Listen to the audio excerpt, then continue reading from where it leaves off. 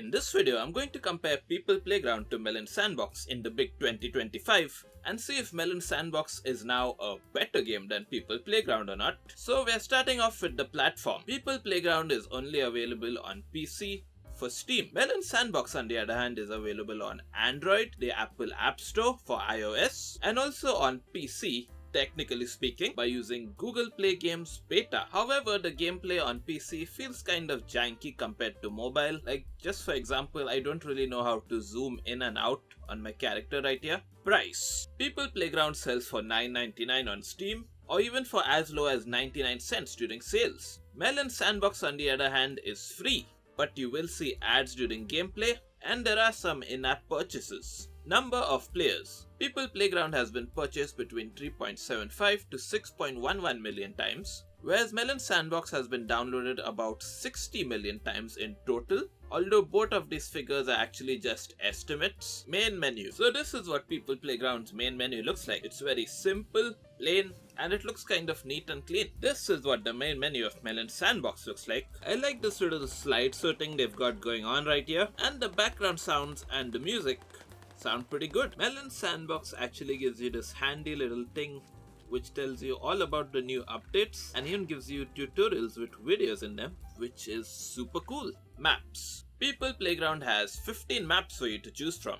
Some are very basic, like this default one right here, whereas others are a bit more complex, like this hybrid one right here, which has water, lava, and more. Then there's also this reactor map, which I haven't seen actually since the last time I played this game. Oh, you can even break the nuclear reactor? That's pretty cool. Oh, and interestingly enough, there's even a monitor for the reactor right here. A lot of the stuff in this map is interactable, it would seem. Melon Sandbox has 12 different maps, and it also has the ability to create custom maps. Not only that, but you can also add moving obstacles into them, like I have done right here. I can also make some fruit juice by putting in some fruits right here. Backgrounds. While People Playground does have some interesting and interactable maps, it doesn't have any backgrounds as such. Melon Sandbox allows you to choose between 5 different backgrounds. NPC'S. People Playground gives you 6 NPCs to choose from. We've got this human being right here, and yeah, he's really weak and stuff. Or maybe it's me who is like extremely strong.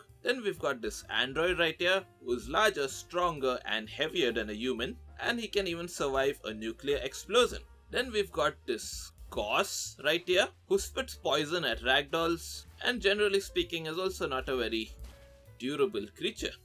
Now are you, buddy? Then we've got this laser sentry turret, which will automatically turn to aim at its target and attack it. Then we've got this ceiling turret, which basically does the same thing, except it gets attached to a ceiling, and it's not as powerful as the previous turret that I just showed you guys. Then we've also got this regular sentry turret, who uses a laser to aim and shoot at things, although it seems to have a limited radius compared to the other turrets. Melon Sandbox allows you to spawn in 8 different NPCs. It's like they took the ragdolls from People Playground, mixed a little fruit into them, and this is what we get apparently. Now in People Playground, I did count a turret as an NPC, so I suppose by that logic, Melon Sandbox actually has 9 NPCs. Melee weapons. People Playground has 19 melee weapons, which include this chainsaw. Youch! Guess he didn't saw that coming. Then we've also got this absolutely massive power hammer. Then we've also got this worm stuff, which actually comes from a collaboration with Mutated All 2. It looks absolutely disgusting. Ew. And who could forget the most deadly weapon of all? Blank! Look at this innocent Goss right here, underestimating the danger that is in right now. Hiya! Melon Sandbox has a total of 31 melee weapons. They include this blue sword. Next we've got this tennis racket. Next we've got this circular saw. It's time to make some corn syrup. And then in the latest update they've added a bunch of magical staffs, including this ghostly staff. So if I touch this apple with it, it turns into a ghost, I believe. Oh, there he goes. Okay, that was a really cool visual effect. Ranged weapons. People Playground has got 52 ranged weapons, which include 6 different attachments. The weapons include this beam rifle, ow. Then we've got this fire extinguisher. We've got this iron cannon. Then there's this pulse drum. And we've even got this freeze ray right here. Some of the attachments include this laser attachment, and even this flashlight attachment. Melon Sandbox has a total of 38 ranged weapons, which includes 10 different types of ammunition. They include this blue revolver. Let's see what this does.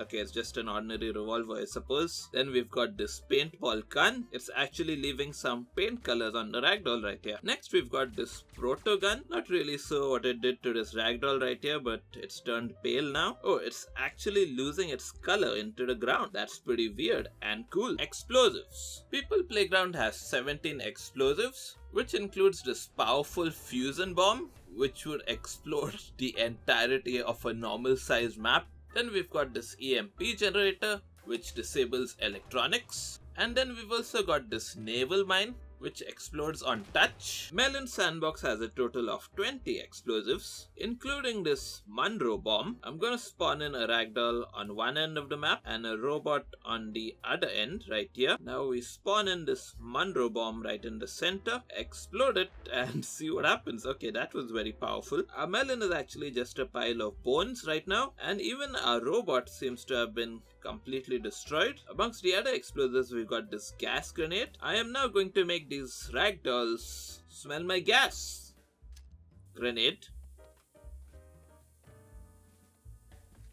Is that a gas grenade or are they dancing to it? Okay, they're dead, never mind. Sorry guys, I'll avoid eating samosas next time.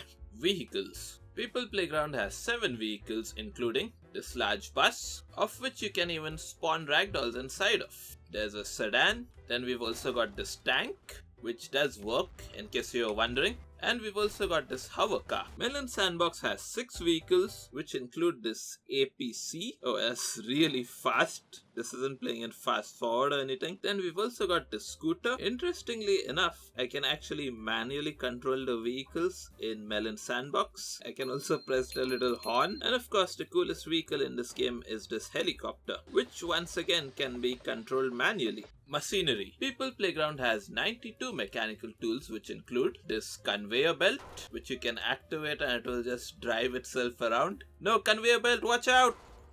Conveyor belt! No! Next we've got this defibrillator. Okay, there we go, I've revived him. How are you feeling now, buddy? Then we've also got this electromagnet, which pulls all metallic objects in a 15-meter radius. Let's activate it.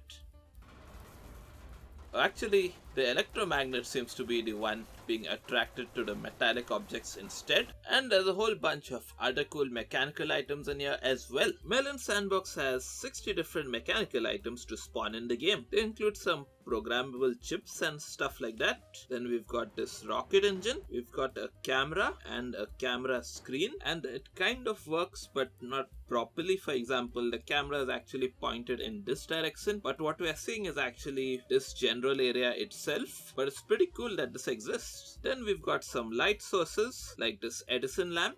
We've got this generator right here, and then we've got several different musical instruments, and you can actually open up the music editor and create music for them, and then you can even play your music in game.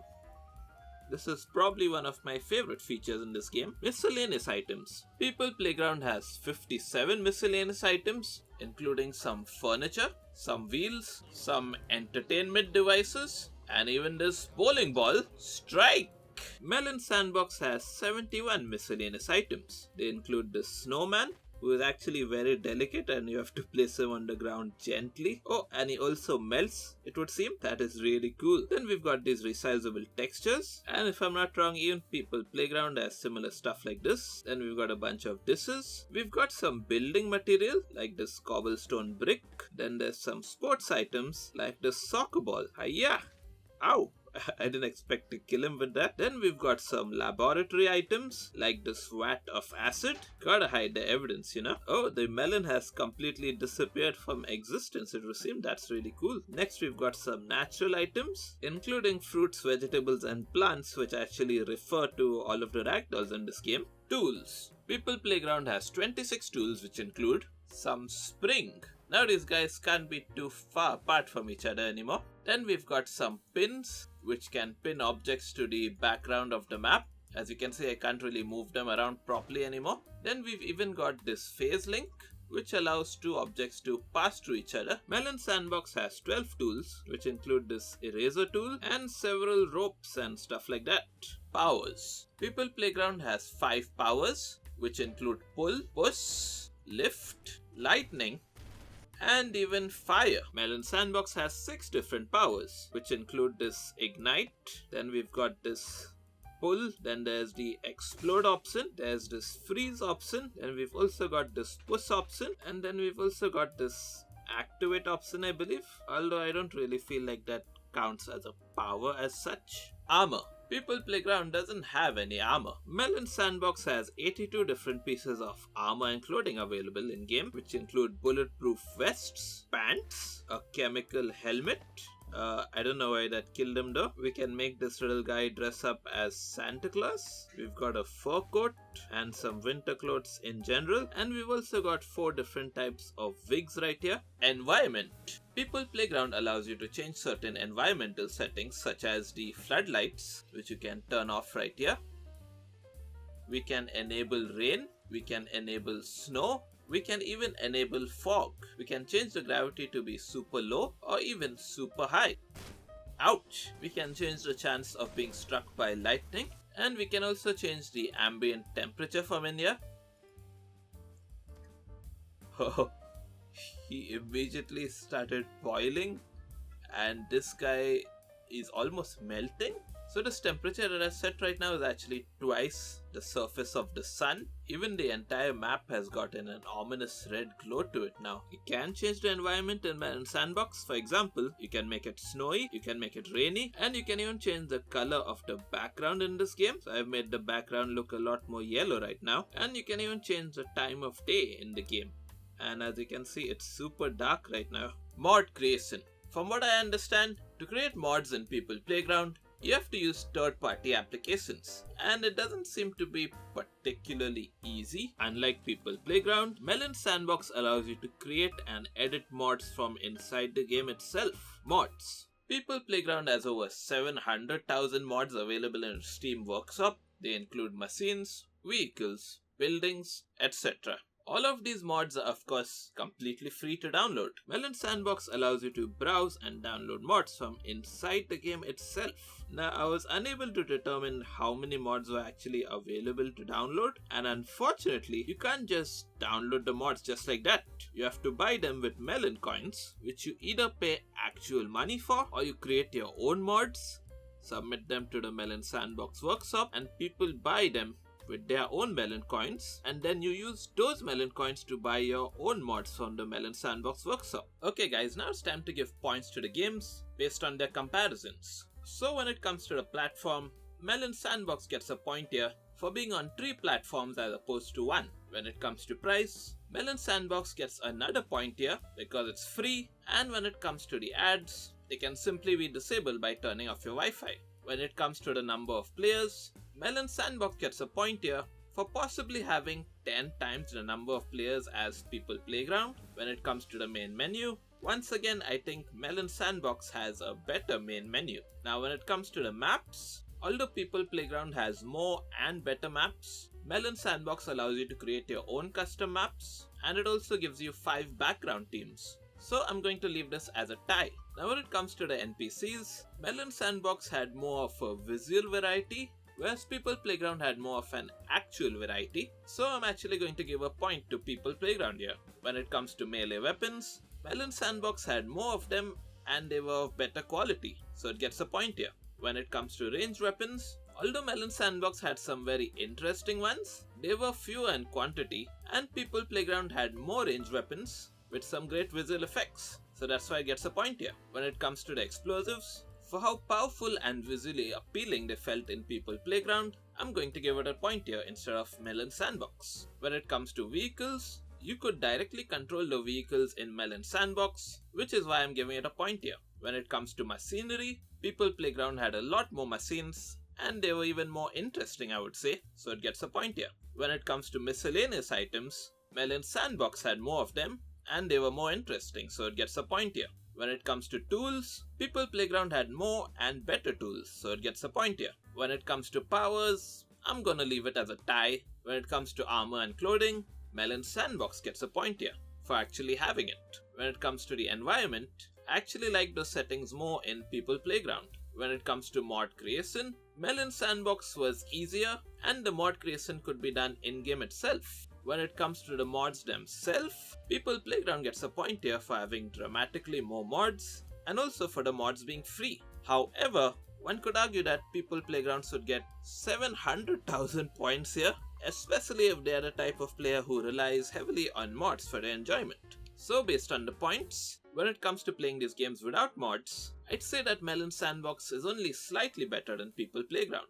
But if you are looking to enjoy one of these games with mods, then People Playground absolutely blows Melon Sandbox out of the water. Alternatives. If you are looking for alternatives to People Playground for PC, then I believe that the closest one that you'll find is Regular Human Workshop. It's pretty decent. Another available alternative is Action Sandbox, which is similar but not exactly similar to People Playground. You can spawn in a bunch of NPC'S and you can even control them and make them walk around and stuff. If you're looking for alternatives for Melon Sandbox, my personal choice would be Fruit Playground. I don't think it's as good as Melon Sandbox, but it's good enough and close enough, I suppose. Click here to watch my previous comparison between People Playground and Melon Sandbox. And click here to watch more clones of People Playground for Android. So I've been Jazef, you've been my audience, thank you for watching, and goodbye.